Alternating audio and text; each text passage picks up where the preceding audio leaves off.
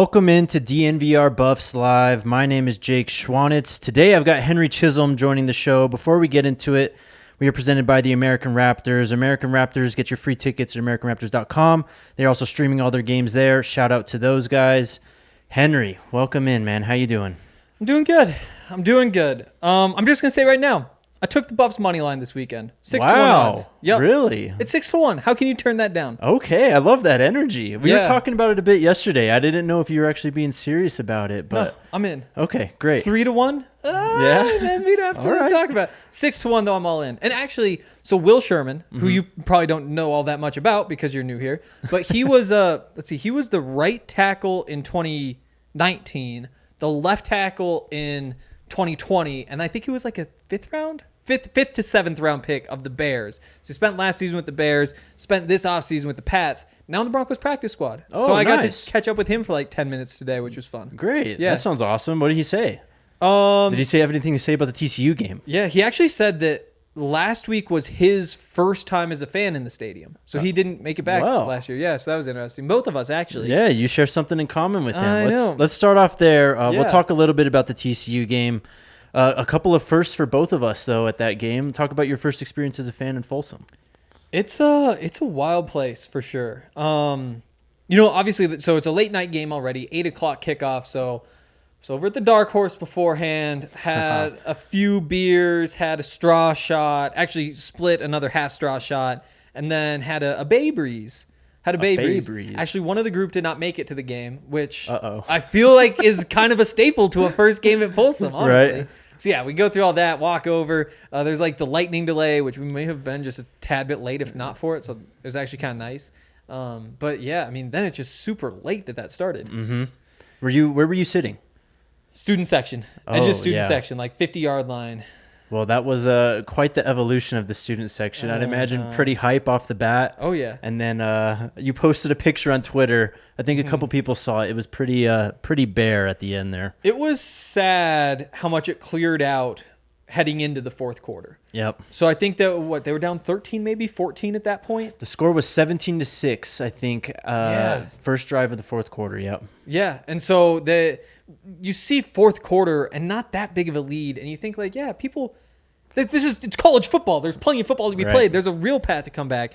Again, like obviously part of it is that it's probably like 11 o'clock at that point. Yeah, and so there's that weighing things down as well. But I was disappointed that they weren't willing to stick it out just a little bit longer. And then by like 4 minutes left, and again, everything's out of hand. Exactly. It's empty, so you can't blame for being gone at that point, I guess. But still, you just think like 4 minutes left in the fourth quarter of a game against TCU.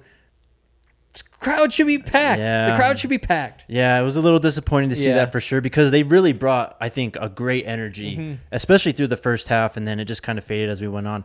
Of course, it was my first game in the press box. Yeah. I sat a bit, I guess the direction would be a bit south of the 50-yard line on that side, so from the television view, just a bit to the right of the 50-yard line.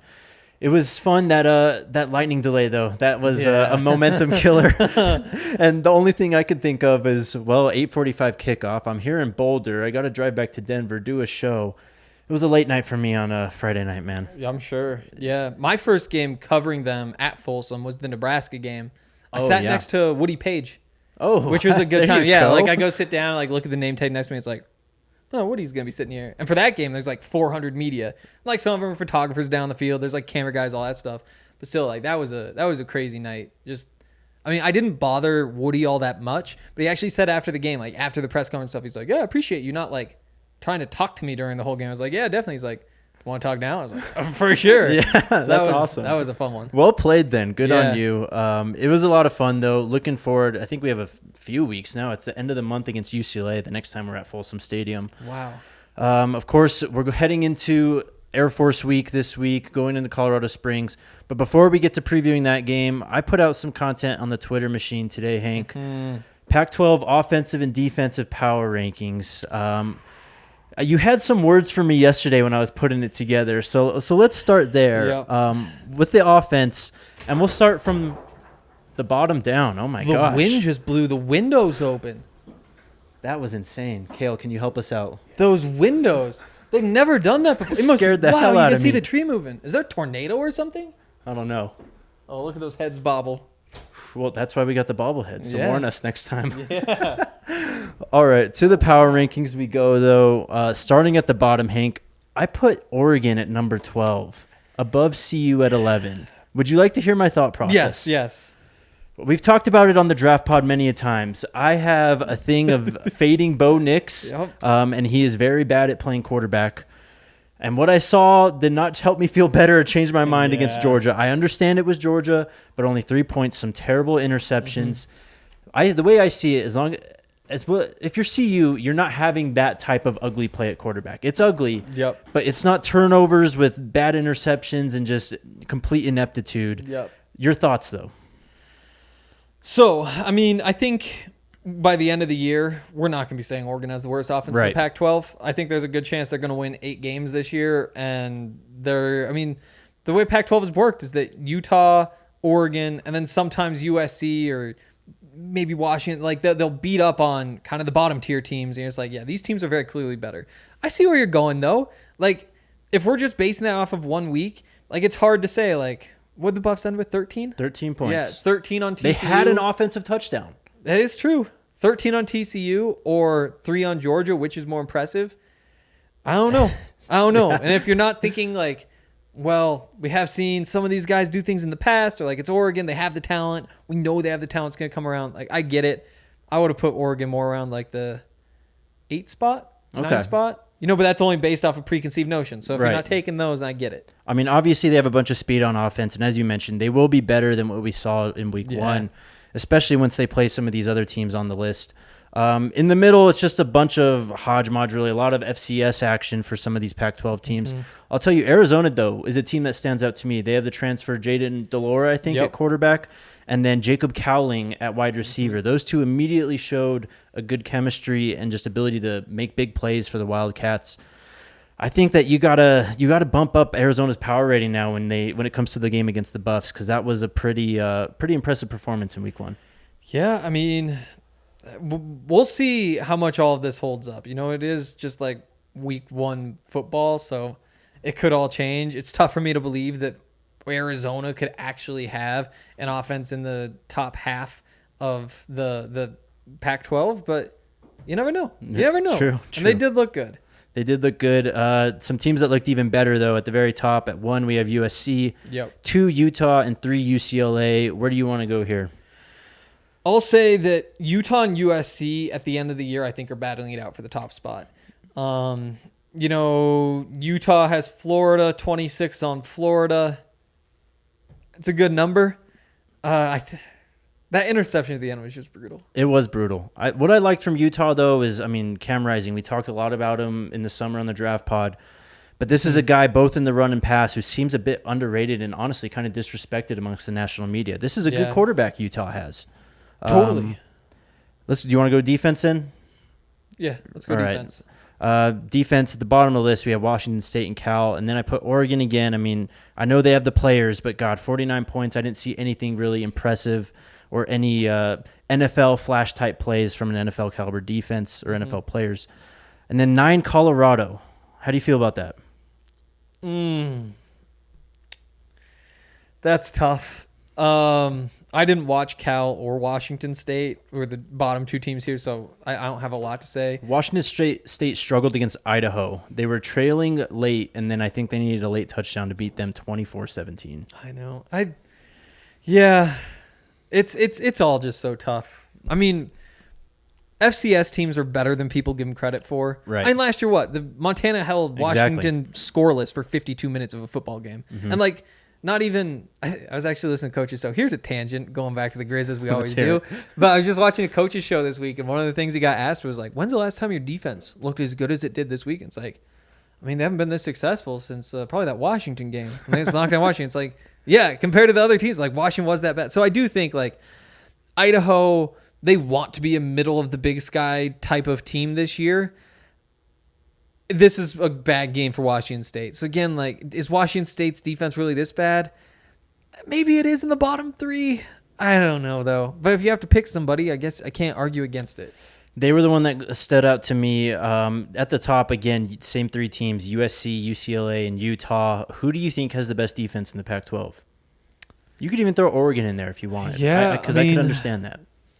I think you have to go Utah. To me, it's Utah's secondary that really does it. Right. Which is kind of backwards from how things usually are. Because that kind of scares me taking Utah first, because it's always that front seven that you trust and know is going to be the best front seven. And I'm not totally sure that's true. I think Oregon's front seven might be better.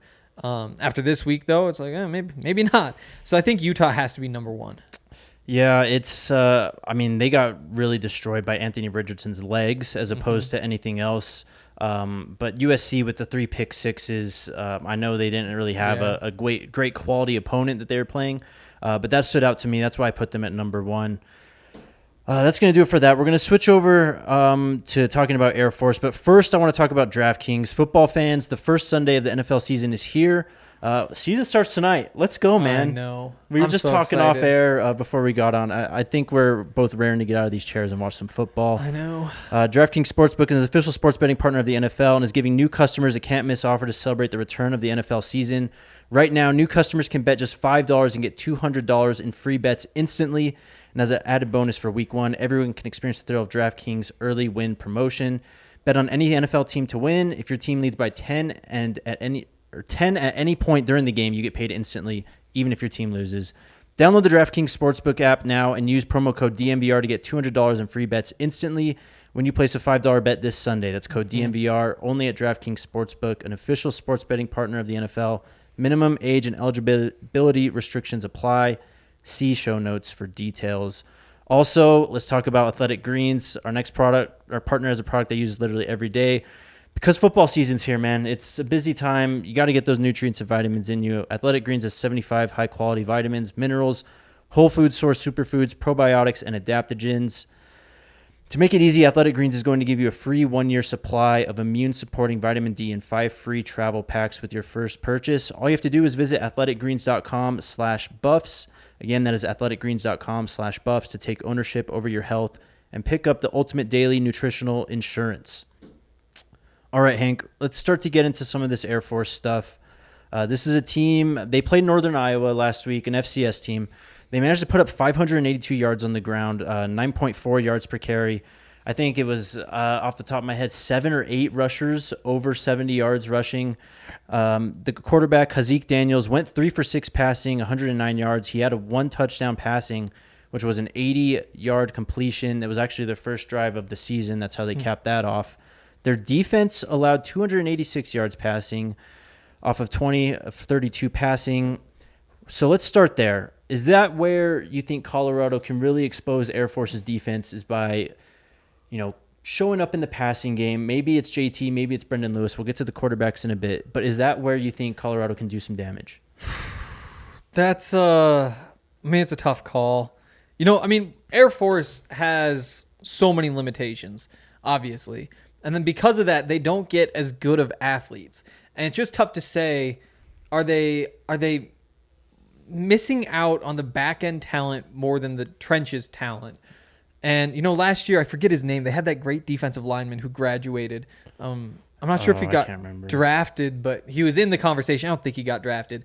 But it's just really hard. I think that you have to be balanced, because more than anything, what they're good at is not making mistakes. They just play good defense. They're in good position. Probably going to play a bunch of zone just because they can't keep up with the athletes. And so I do think that it kind of starts with just being able to run the football. When you have the size advantage in the trenches, you should be able to bowl over them, pick something up on the ground, and then kind of build off of that. See if you can suck them up a little bit first. Makes sense. One of the things that's been preached a lot at practice this week has been patience. Of course, on the defensive side of the ball, as you mentioned, they don't really make mistakes, and they're just going to keep popping these 2, 3, 4-yard runs, and it's really just trying to keep a lid on that offense, making sure that they don't explode for the big runner pass.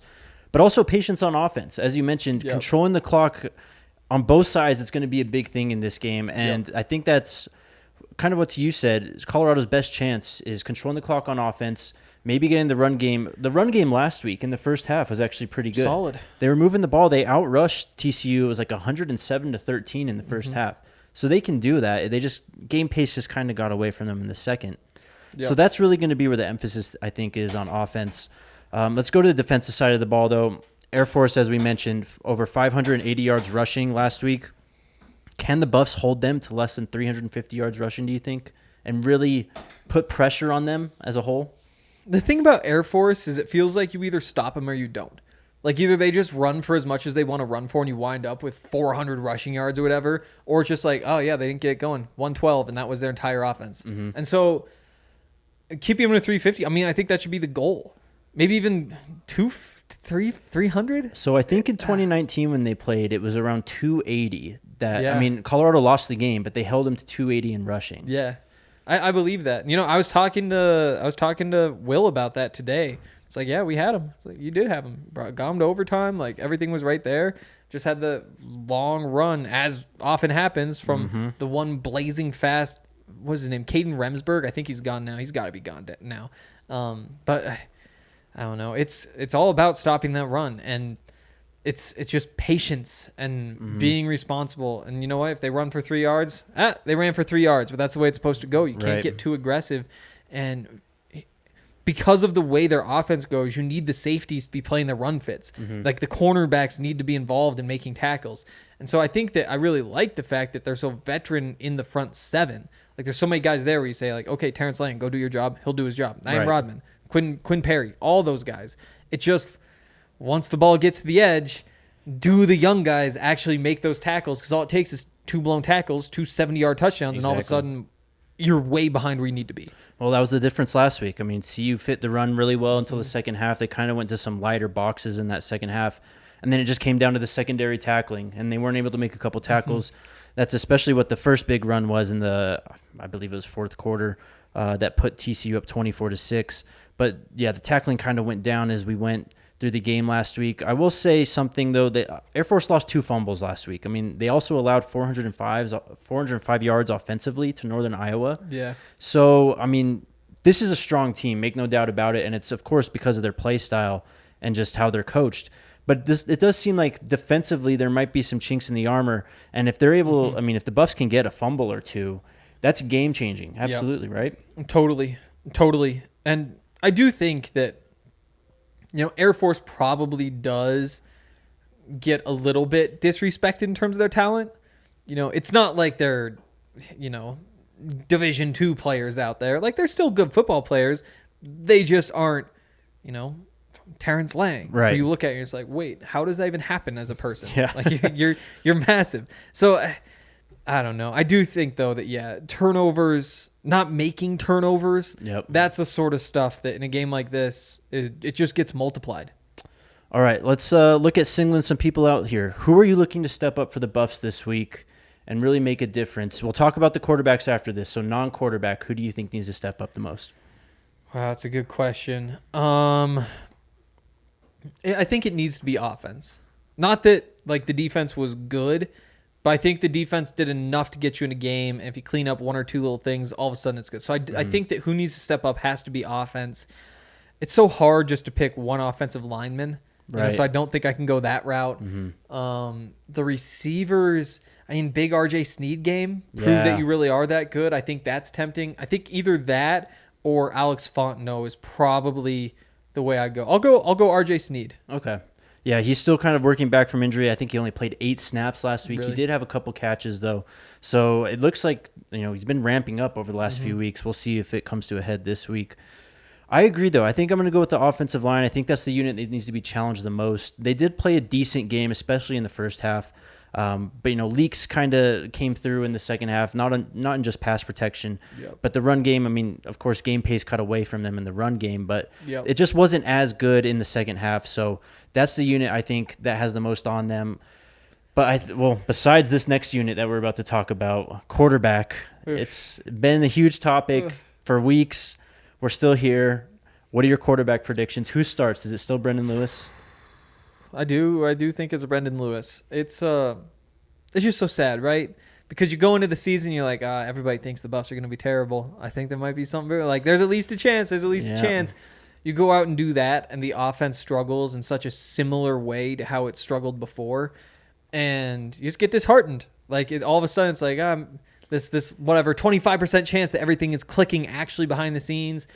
it feels like it's gone. And so now you're back to kind of square one with these quarterbacks in this passing game saying, well, can Brendan Lewis step up? He didn't in the first game. There were some really nice throws. Like, I think it was a third down throw on the first drive. I think like cover 2, he just kind of splits the gap one to right Arias there. on the sideline. Yeah. And you see that, and you're like, okay, there's a throw. And there were a couple of those real throws that he was not making before.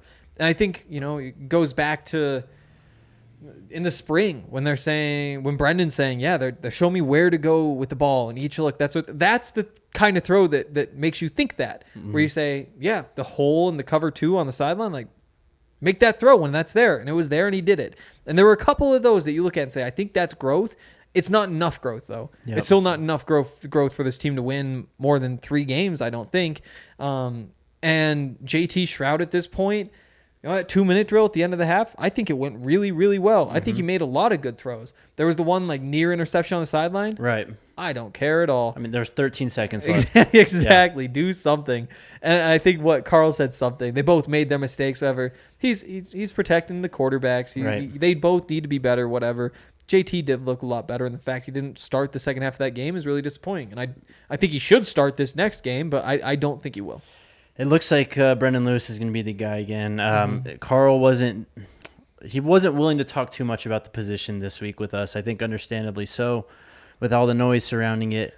But to just run it back, though, the same plan as last week, I mean, I think that's disappointing in and of itself, just because, as you said, I thought for sure, too, that JT was the best quarterback that played for the Buffs on Friday night. You look at that 2-minute drill, but also that drill, or when he got in halfway through the fourth quarter, I think he had 2 drives to, just try and mount anything at that point. I mean, he's fighting an uphill battle then. Yep. But he did have some nice throws. He had the touchdown pass to Jordan Tyson. And I think that's just something that you got to look at and really run with at this point. What's your prediction then? When does JT enter the game on Saturday? That is the thing. I do think it's earlier. Okay. I will say that. I don't think it's alternating drives. I'll say Brendan takes the first 2 and JT takes the third. Okay. JT's in for the third drive. Does he stay longer than 2 drives? See, that's where I'm less confident. Because I was like, okay, so 2 drives, one goes well, one doesn't. Yeah, easy to put him in. Neither go well. Very easy to put JT in. But, if 2 are kind of going well, then maybe you're doubting putting JT in the first place. But that's where I think it's just one drive. Give him his chance. If the offense is clicking, let him get into a clicking offense. Give him a fair shot. I'll say he plays 2 drives right there as well. I'll say 2 drives for Brendan, 2 drives for JT, and then Brendan is back in, which I hate. Man, I know. I wish he would take it run, but that's brutal. Well, we'll see. It could definitely happen where JT or maybe even Brendan Lewis just takes over. A little bit doubtful on that second one, though, so we'll see. Real quick, we're going to talk about Breckenridge Brewery. Football season is back, and Mile High is ready to see what this new-look Broncos team has in store. Breck Brew has you covered with the hometown craft beer of the Denver Broncos, Broncos Country Pale Ale. Show off that colorful Colorado legacy with the Orange Crush logo and 100% Colorado ingredients. This will be your go-to for football season. Check out the beer locator at www.breckbrew.com to find a Broncos Country Pale Ale near you. What are you drinking? You got a Strawberry Sky. I've got a Mountain Beach right now. Delicious. Hitting the spot. Can't wait to have a couple more here in just about an hour or so. I know. I've got to head back home tonight, and I hate it. I hate it. Well, the good news is grand opening tomorrow. A lot of beers. Saturday is college football all day. All day. I guess I got to go. So I don't know exactly. I do need to double check this. Maybe not right now. But so Broncos practice, open locker room at 1:15. So I'll be back here by 2. So that's plenty of college football. Oh, that's absolutely. Plenty of college football. Yep. I'll catch most of the Buffs game. Are Buffs 1 or 1:30? Game's at 1:30. Oh, they're 1:30. Montana's 1:30. So I'll miss just a little bit. But then the rest of the day is college football. Sunday, no Broncos. That's all day at the bar. Oh, yeah. Monday, at the bar for the game. It gets real. Yeah, it's going to be so much fun. I'm so hyped. Before we get to NFL, though, we're going to talk a bit more Air Force preview. We'll have a full preview on tomorrow's pod. Actually, we go into the stats and some scheme stuff also. But I don't know what happened, Hank. I saw some phantom player props on DraftKings for the Colorado Buffalo players. They're not there anymore. I don't know what happened, but I swear I saw them. I wrote them down. So we're going to go through them and just kind of guess each side. Okay. A couple player under-overs and some other props and stuff. So first one, Alex Fontenot, over under 38.5 rushing yards this Saturday in Colorado Springs. Over under what? Over 38.5. Oh, 38.5. Yeah. I heard 8.5. No. Yeah, I'll take the over on that. 38.5. He did. I think he's getting the bulk of the work. I think he is getting the bulk of the work. They're going to give him a chance to at least take like 70%. 38.5. I got to take that over. I've got to take that over. If he doesn't get over that, this is going to be a really ugly game. He had 31 last week, and as we mentioned, they kind of just went away from it. He looked good last week, I thought. Yeah. I mean, on some of the outside runs and just gaining the edge and really working Yep. the sideline, he looked nice. Yep. I would take the over also. I think the ground game is going to be huge for CU this weekend. Let's go to the air, though. Now, Brady Russell, over under 21.5 receiving yards. Oh, I hate to go under, but I think I have to. Yeah. I think I have to. Picking anybody to pop. I mean, I don't know what the number is, but how many receivers had 22 yards in a game Last week? year? Last year, though. Oh, last year. Oh, like, man. there's no way of telling, Yeah. but that was a pretty low number. So as much as I'd like to take the over, and there's a chance he gets it on one play. There's a chance he goes for 60. Sure. More than anything, it's probably a stay away, but if I had to pick a side, I'd probably just go under based on the odds. 3 receptions for 19 yards last week, so he would have been right on the edge. Yeah, it's a hard one. I'm going to go with the over, though. I think that with this rushing attack, you get the play action a bit more involved, hopefully with JT in there, and you can really work downfield a bit more. Staying with the receiving yards, Daniel Arias over under 34.5. He had a great game, probably the best offensive game for the Buffs last weekend. Mm-hmm. Can he continue it this week? I'll take the under for the same reason. I will say between the two of them, one probably goes over. Mm-hmm. But again, then you throw in, is Jordan Tyson a starter? Right. Why not? Is Chase Penry out there more? Jalen Jackson made a catch. Maurice Bell's out there quite a bit. Like, it's just so hard to bet on any of these pass catchers because there's so many of them, and also because of what we've seen for the last 12 months. And as you mentioned, RJ Sneed, he could play a much Yeah. bigger role this game too. I'm going to go under also. It feels like it's going to be like a week-to-week thing in terms of who the best receiver will be on CU. Arias had his game last week. We'll see. Hopefully someone else pops up this week. Yeah. Okay, this one was interesting. This is to go over, to basically to score a receiving touchdown, okay? So we have 3 guys. You tell me who the best value is. You have Daniel Arias at plus 320, Brady Russell plus 475, Alex Fontenot 12-1. Who do you think is more likely to have a receiving touchdown on those odds? Probably Brady, but those odds on Fontenot are just so tempting. Yeah. The thing is, it just doesn't. I guess we have seen a couple of swing passes to running backs out there, and this staff will throw to running backs more than in the past, I think. But we've also heard that for a couple of years, so who knows? Yeah. Maybe this staff doesn't tell the truth the whole time either. But yeah, I do think Brady, just because as much as Arias seems like a red zone threat, we just haven't seen it yet. Yep. Like, we need to see him go up and catch contested catches. Meanwhile, Brady's going to get open there. Brady's probably the bet, but Alex is really tempting. Yeah, 100% agree. Tempting line at 12-1, but I think Brady Russell is the guy to go, especially in the red area for the Buffs. All right, we got first quarter, first half, and second half lines. Ooh. First quarter is Buffs plus 6. What do you think about that? Is that tangible? The Buffs to be within a touchdown? I mean, it sounds just right within reach. I mean, you can easily picture it, but what do you think? So it helps them that Air Force's first drive, I feel like, is going to be long. Mm-hmm. It might just eat 10 minutes. If it ends in a touchdown, then you're asking for first quarter points on one drive, maybe 2. Oof. I'm actually kind of tempted by the plus 6.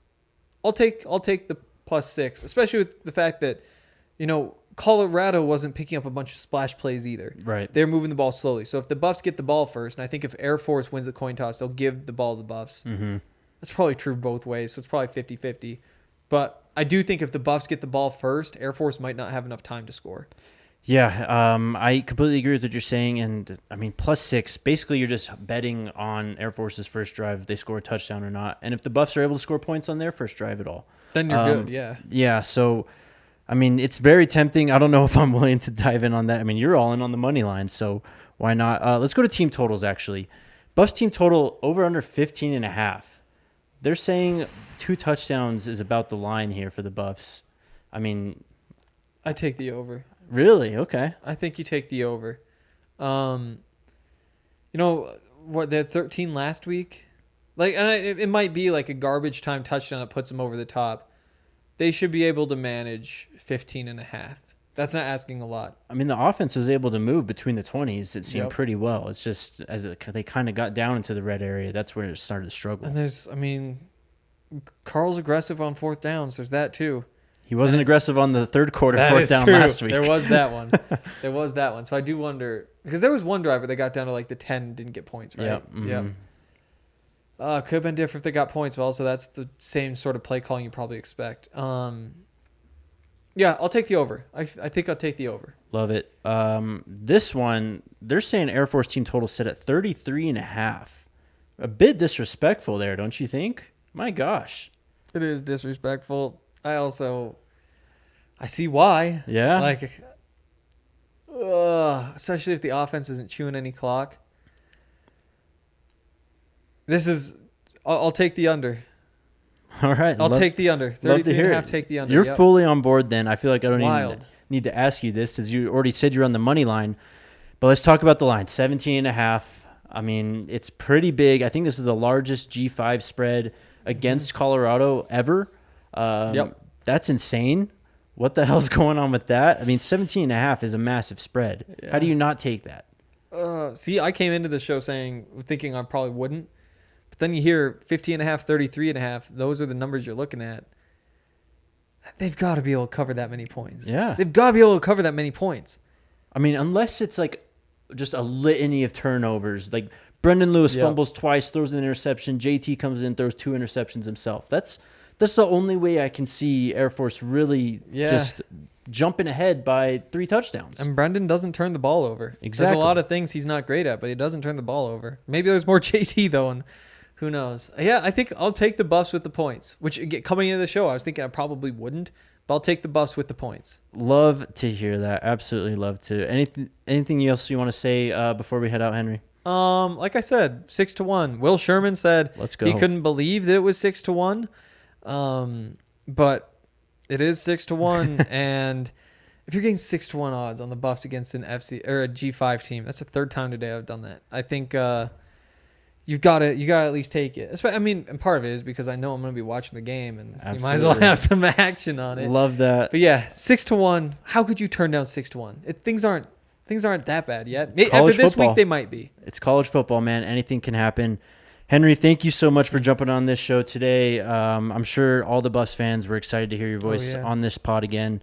We'll have you back next week, tentatively. We'll talk about it. Also next week, I forgot to say I'm going to that Minnesota game. Oh, okay, So great. my girlfri's from Minnesota. So back when I Nice. thought I was working the Buffs beat, I was like, yeah, let's plan. We'll go see the family, all that stuff. Bought the plane tickets. Now I'm going to that Buffs game. So little road Buffs action. Should be a good sweet. time. Well, we're going to have a bunch of content on that then. That's going to be awesome. Oh, yeah. Thanks again, Henry. Everyone enjoyed the game tonight. We'll be back tomorrow. Check the site tomorrow, too. There should be an article coming up with quotes from Deion Smith and Robert Barnes. There should be also some film room type piece on the triple option, too. So check out the site. Check out the podcast. Thank you, everyone, for listening, and we will catch you tomorrow.